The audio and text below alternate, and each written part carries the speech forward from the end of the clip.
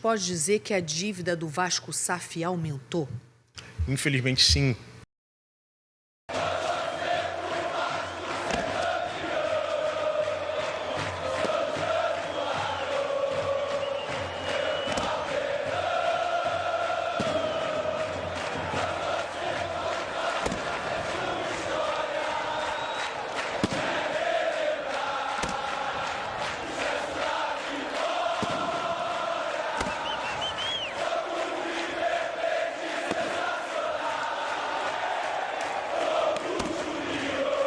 Salve, salve meus amigos, saudações vascaínas a todos vocês que estão ligados aqui no nosso canal, sejam todos muito bem-vindos, eu me chamo Álvaro Silva, tamo junto no canal Vascaíno desde sempre, sejam muito bem-vindos no nosso canal para mais esse conteúdo no nosso Madruga Vasco. Ontem eu não fiz Madruga Vasco, peço desculpa para quem ficou aguardando, porque eu ia ter que falar a mesma coisa que eu falei no Expresso News, tá? Não saiu nada de diferente de anteontem, no caso de ontem, de anteontem para ontem, né?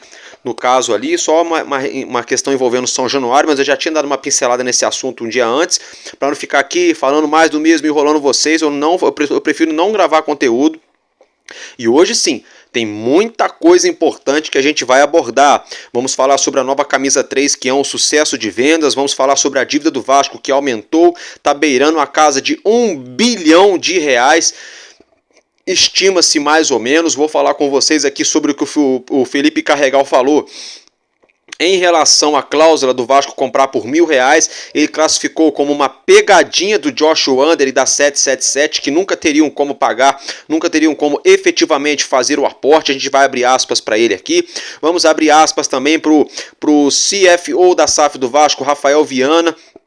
A situação financeira do Vasco foi encontrada numa situação caótica, acabou também aí no caso ontem / hoje, né, acabou o prazo entre Vasco e a CAP dos 90 dias naquela trégua na justiça, ambas as partes vão voltar à mediação na Fundação Getúlio Vargas, né, parece que a 777 queria R$1 bilhão pelos direitos econômicos da SAF. É falta de vergonha na cara, né, os caras vêm, não gastam nada e querem vender por R$1 bilhão, é achar muito, é o que eu falo sempre.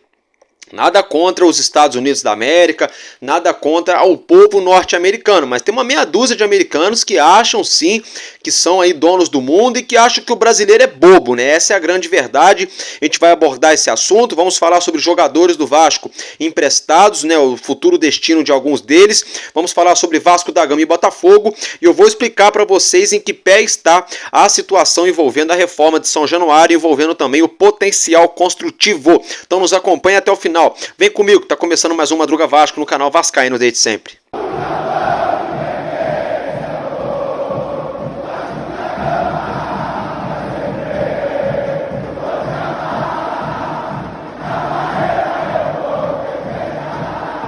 Bom, meus amigos, então é isso aí, né? Olha só, logo de cara se inscreva, deixe seu like, compartilhe também. Quer continuar nos ajudando? Quando aparecer o anúncio na sua tela, deixa o anúncio correr, né? Ou você assiste o anúncio, ou aproveita para pegar uma aguinha, pegar o lanche, de repente ir ao banheiro, né? Dar aquela espreguiçada no corpo, porque ajuda o nosso canal a gerar receita. Se torne membro também, R$2 por mês já nos ajuda muito. Valeu, galera?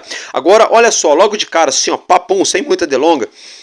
Vamos direto ao que nos interessa. A nova camisa 3 do Vasco, ela foi elaborada durante meses, tiveram mais de 20 reuniões entre diretoria, departamento de marketing, capa, enfim, para chegar num consenso, em um denominador comum para que essa nova camisa fosse lançada. Fato é que já mais de 35 mil unidades já foram vendidas, isso mesmo, camisas originais, mais de 35 mil, sem contar a réplica que a galera compra por aí afora, se é que vocês me entendem. Então, a gente faz uma conta, né?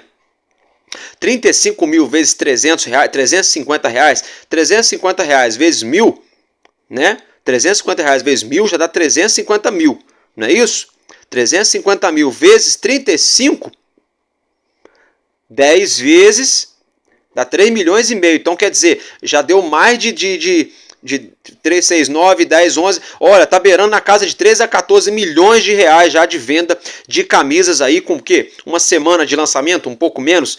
Meus parabéns aí ao departamento de marketing do Vasco, a diretoria do clube, que fizeram essa camisa aí. Alguns gostaram, alguns não gostaram. Eu particularmente achei legal, Se fosse para ser mais do mesmo, igual as outras, não precisaria lançar uma terceira, quarta camisa do Vasco. Então por isso que eu acho legal lançar uma camisa diferente, não fugiu também muito. Camisa branca, tem o risquinho aqui bem de leve, com a faixa bem de levezinho, com traço fino, a cruz de malta clássica do nosso CRVG. O dourado, né, simbolizando ali a resposta histórica, muito bacana. Eu acho que o dourado também tem a ver com a Lei Áurea, né, assinada aqui no nosso país pela princesa Isabel, aquela lei lá que aboliu com a escravatura aqui no nosso país, com a escravidão no nosso país. Eu acho que tem a ver também com a Lei Áurea, a Lei de Ouro, né? Então achei bacana, sim, gostei da camisa. Meus parabéns para a diretoria do Vasco. Agora deixa eu pegar aqui.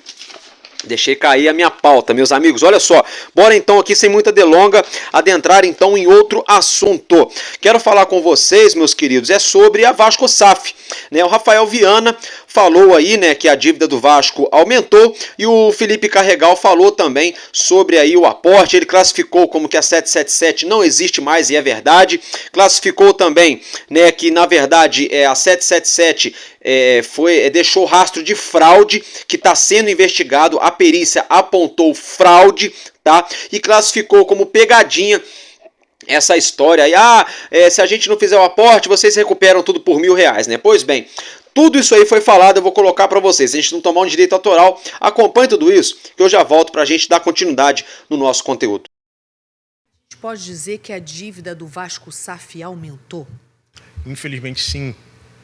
Desde que a Vasco SAF foi criada, a dívida aumentou em cerca de 350 milhões de reais. Por que isso acontece? São vários motivos, como eu já falei.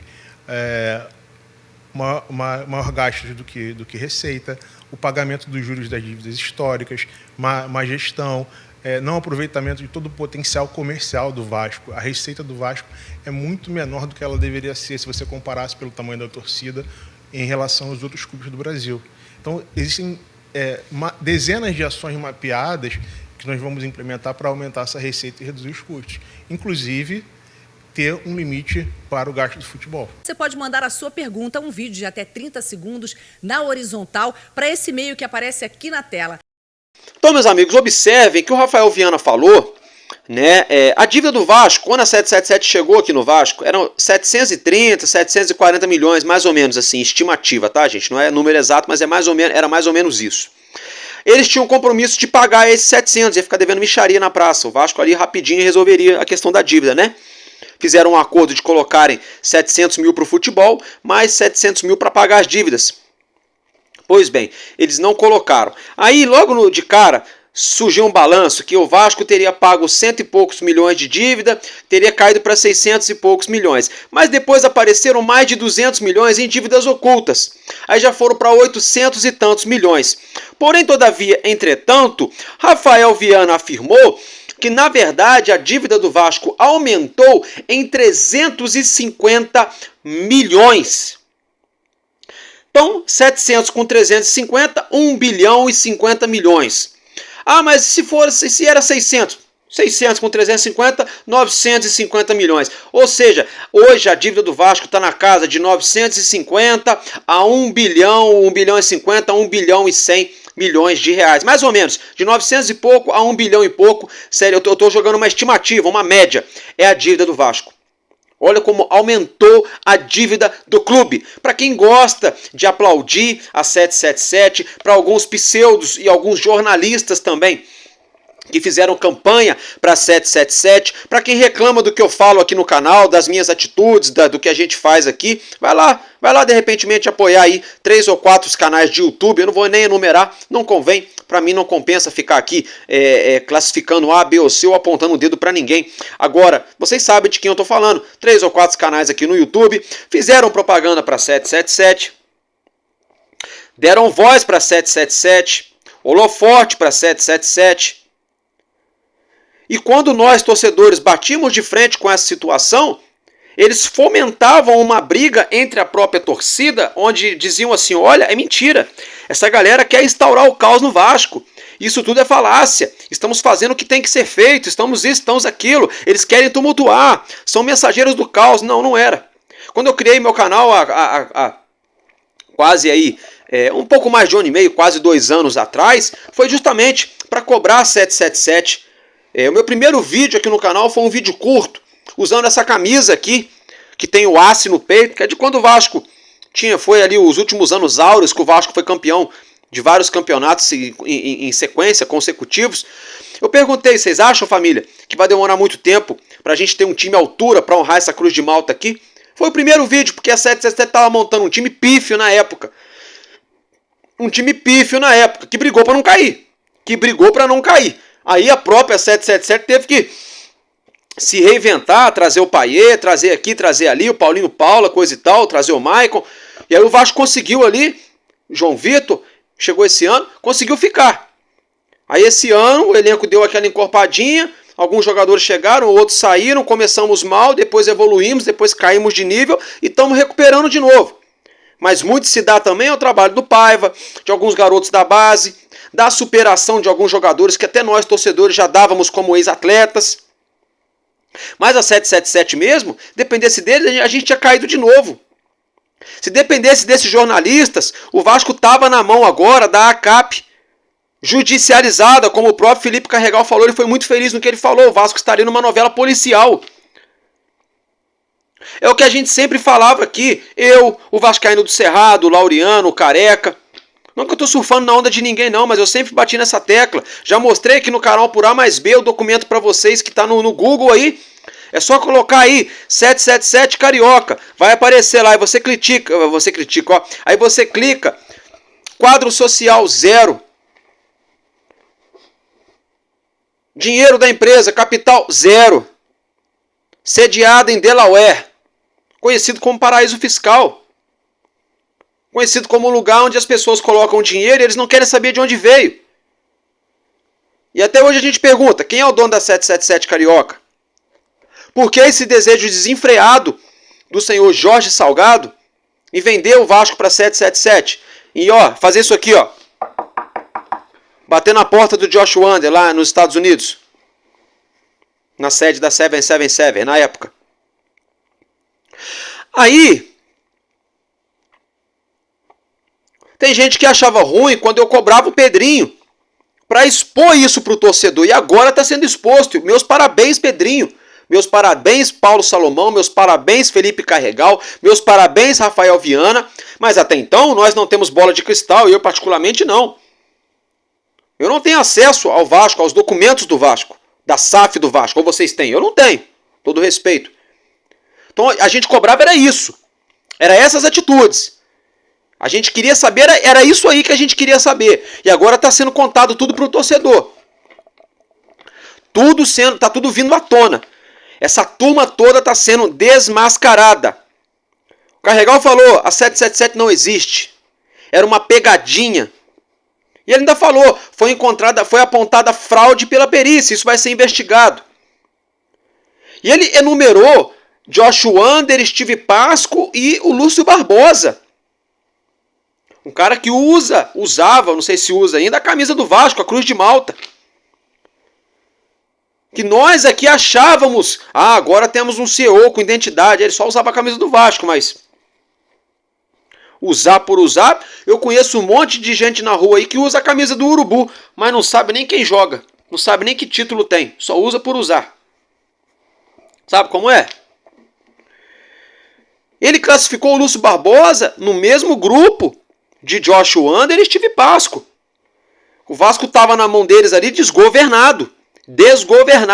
Aí, o Lúcio Barbosa era o CFO da KPMG, empresa que ganhou e está cobrando aí na justiça mais de 25 milhões de reais do Vasco por ter feito uma auditoria e due diligence onde apontava que a 777 tinha como comprar o Vasco e honrar os compromissos. E não teve como, foi provado por A mais B. Então, na verdade, é para a dona ACAP indenizar o Vasco por desserviço, por serviço mal prestado. Isso no melhor dos mundos, para não dizer outra coisa, eu não posso citar aqui para não ser leviano, para não acusar nada que eu não tenha prova. E aí do nada, me cai de paraquedas o Lúcio Barbosa, o mesmo Lúcio Barbosa que era diretor financeiro da KPMG, ele me cai de paraquedas na SAF do Vasco, como diretor financeiro da SAF do Vasco. Depois, ele tem uma promoção e se torna CEO da SAF do Vasco. Olha que interessante. Então, eu como torcedor aqui, eu exijo que seja levado adiante a sindicância para investigar a gestão de Alexandre Campeiro e de Jorge Salgado e todos os seus pares. Júlio Brandt, Mussa, Duque Estrada, Osório, Adriano Mendes, etc. e companhia. Isso tem que haver explicação. O torcedor merece explicação. O torcedor compra uniforme. O torcedor faz plano. O torcedor vai ao estádio. O torcedor dá audiência para a televisão, para as rádios. Engajamento na rede social. É o que mais se dá, é o que menos recebe. E quando recebe, é uma tapa na cara, digamos assim, no modo figurado, claro. É o que está acontecendo com o nosso clube, meus amigos. O Vasco da Gama é um clube com 126 anos de história. E olha o que a 777 fez com o Vasco. E vou falar mais uma vez. O ex-presidente do Vasco bateu na porta do Josh Wander lá em Miami, nos Estados Unidos. Na época o Osório falou que tinham mais de 30 interessados em comprar a SAF do Vasco. Como é que de repente só me aparece a 777 aqui? Aí a KPMG faz uma auditoria, faz ali o due diligence, afirmando que a 777 está ok, está tudo no verdinho, e chega na hora, não é isso que acontece. A dívida do clube, em vez de aumentar, ela poderia ter dobrado. Se eles ficassem mais 5, 6 meses aqui, poderia ter dobrado a dívida do clube.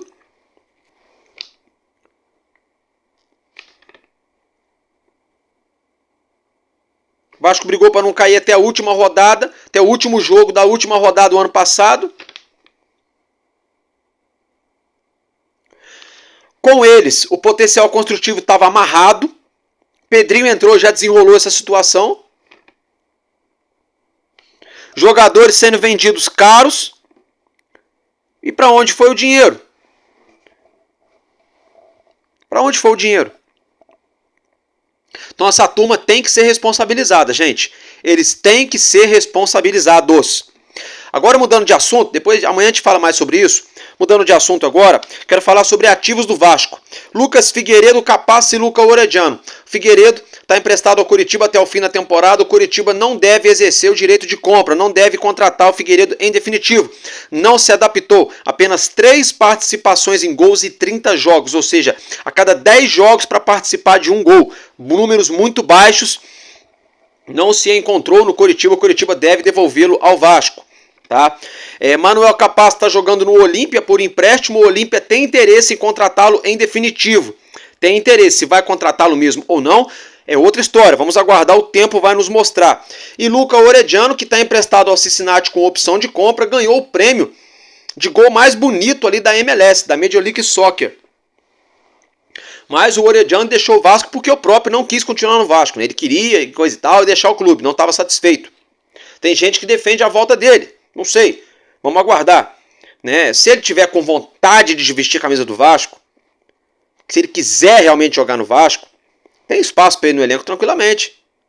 Se ele quiser, para jogar do lado do Payet, do Coutinho, do Verratti, do David, do Adson, né? Para ser suplente, entrar ali, jogar ao lado de Paulinho, de Jair, tem espaço. Agora, se ele vai querer jogar ou não, é outra história.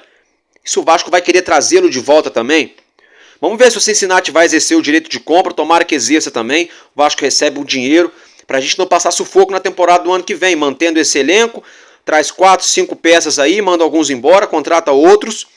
Dá para sonhar com algo diferente no ano que vem. Sem fazer loucura financeira, porque todo mundo está vendo a situação financeira do clube, tá, gente?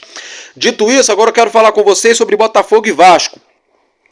Se enfrentam pelo Campeonato Brasileiro, partida válida pela 32ª rodada da competição. O jogo será na próxima terça-feira, às 9h30 da noite, no Newton Santos. O árbitro é o Bruno Arleu de Araújo. Nosso elenco se representou ontem no CT Moacir Barbosa, hoje barra ontem aí, né? Vamos dizer assim, nessa quinta-feira, pronto, ficou melhor, né? Nosso elenco se representou nessa quinta-feira pela manhã no CT Moacir Barbosa, já iniciando os preparativos para essa partida. O G6 já é garantido, G7, tá? E pode virar G8 ou G9, tá, gente? Porque o Cruzeiro tá na final da Sul-Americana, né? Então, o Cruzeiro tá na final, eu tô gravando aqui, o Corinthians estava perdendo pro Racing por 2-1, né? Não sei que fim vai dar essa situação aí, mas o Corinthians também não termina ali, né, dos 10 para cima, tenho quase certeza que não. Pode ser que aconteça, futebol é futebol, mas acredito que não.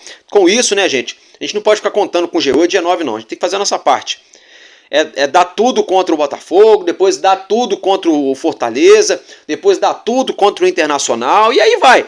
Sabe, Campeonato Brasileiro não tem mato mole, é só decisão em cima de decisão, então o nosso elenco já se preparando para essa partidaça, próxima terça-feira, clássico do nosso futebol carioca pelo Brasileirão, 9h30 da noite, lá no Newton Santos.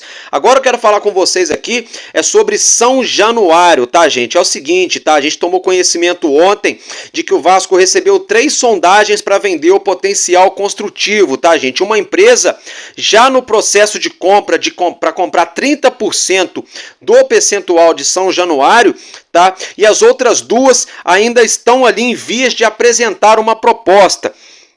Então uma empresa já está nos trâmites ali para comprar 30%, mas ainda tem umas burocracias a serem resolvidas. Eu vou explicar para vocês o que é também isso aí. E tem outras 2 que estão aí perto de apresentar uma proposta também. O senhor Jorge Salgado, na gestão dele, ele já havia vendido de forma antecipada 5%, tá, do percentual aí desse potencial construtivo para uma empresa. Já estava assinada, já estava ali acordado, mas a assinatura não foi sacramentada por burocracia do comprador. Só fica uma questão aqui. Por que o Salgado me amarrou uma venda de 5% só do direito do potencial construtivo lá na gestão dele ainda, onde não tinha sido nem aprovado pela prefeitura? Olha, esse dinheiro tem que pingar na conta do Vasco para fazer o estádio. Quero saber quem é essa empresa, de quem é essa empresa. Eu estou curioso para saber. O tempo vai nos mostrar. Tá, e tinha aí até poucos dias atrás uma empresa interessada em 50% do potencial construtivo, mais ou menos 280 milhões de reais. Tá? Mas as conversas esfriaram. Tá? Por conta também desse trâmite legal que está acontecendo aí com a política no Rio de Janeiro. Ô Álvaro Silva, mas a lei foi sancionada? Então, gente, tem muita gente falando abobrinha, né?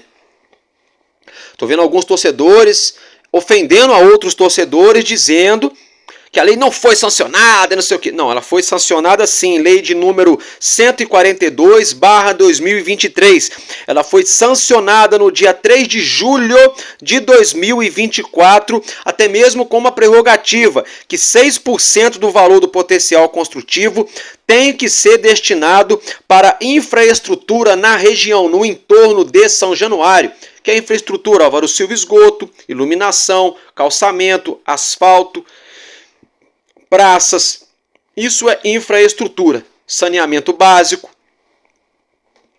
Então 6%, então por exemplo, se o Vasco pegar aí 500 milhões, 10% é 50 milhões, não é? Então 5% seria 25 milhões, um pouco mais de 25 milhões. 27 milhões e 500, se eu não me engano. O Vasco vai ter que gastar no entorno, na região de São Januário, com infraestrutura, o restante destinado para obra. Então, essa lei já foi sancionada. Álvaro, o que está impedindo, então? O que está impedindo é que a lei ainda não foi regulamentada. Depois do dia 3 de julho de 2024, desse ano ao qual estamos vivenciando, tinha um prazo, tá, estipulado em lei de 45 dias para a lei ser regulamentada, para ela estar regular, para ela já entrar em vigor. O que acontece? Foi até o dia 18 de agosto esse prazo, que já estourou, estamos em outubro. Né? Já passaram mais de 2 meses essa situação. Por que estourou esse prazo? Porque não foi regulamentado, Álvaro Silva? Porque o Vasco fez aí alguns ajustes na proposta do potencial construtivo. Então isso está tendo que ser revisado na Câmara e pela Prefeitura, está sendo revisado para depois então ser ali a última canetada para a lei ser regulamentada e entrar em vigor. Tá, gente? Que ajustes são esses, Álvaro Silva? Olha, por exemplo, o projeto previa aí capacidade para 43 mil lugares. O Pedrinho quer fazer para 57. Isso já é um dos ajustes muito importante.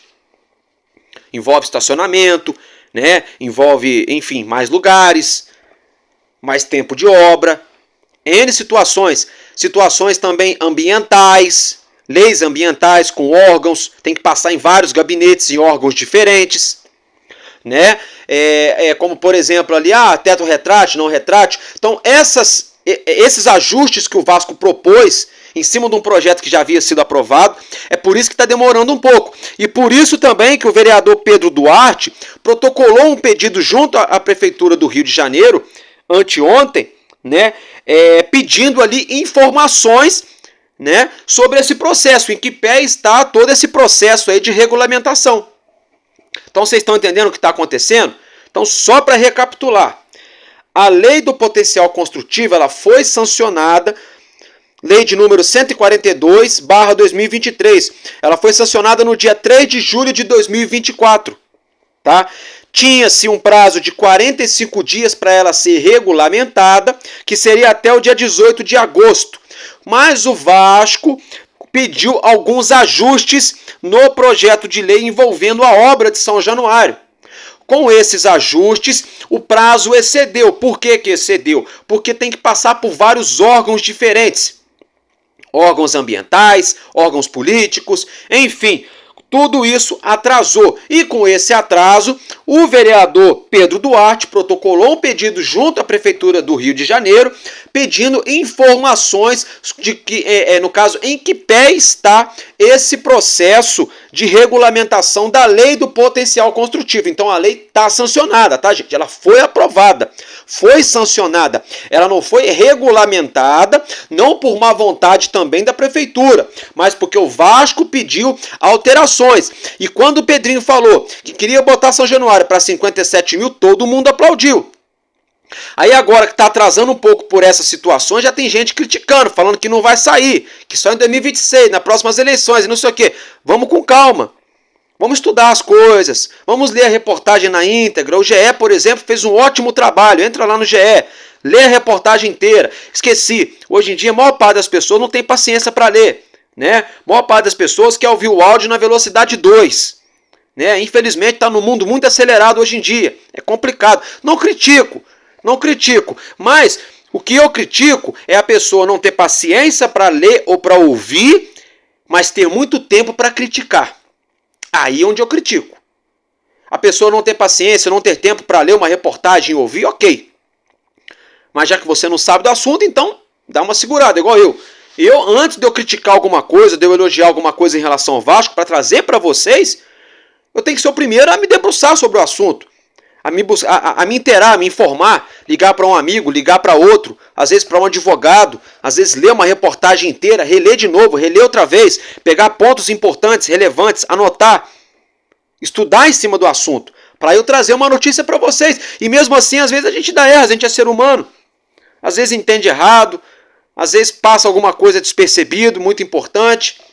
Então, basicamente é isso, tá? Tinham 3 empresas interessadas em comprar o potencial construtivo. Uma delas já está no processo de compra para comprar 30%, que a gente já vem trazendo essa notícia tem um tempinho que o próprio Vasco divulgou essa informação.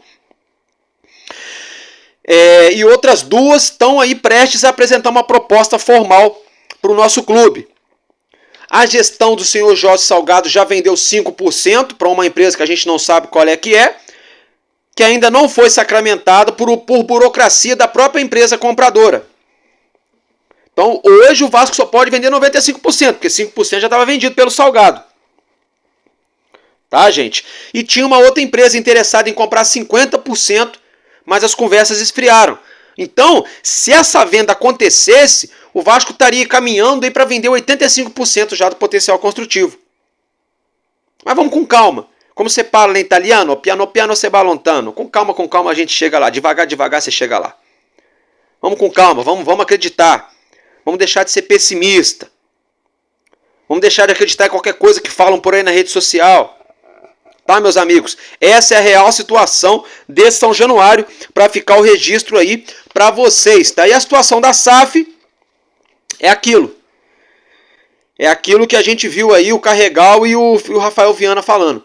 E nós, torcedores, exigimos que os responsáveis sejam cobrados, seja 777 ou seja, aí a própria antiga gestão.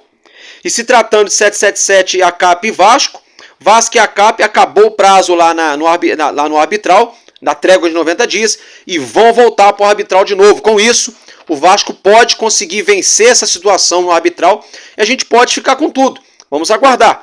Um passo de cada vez, um dia de cada vez.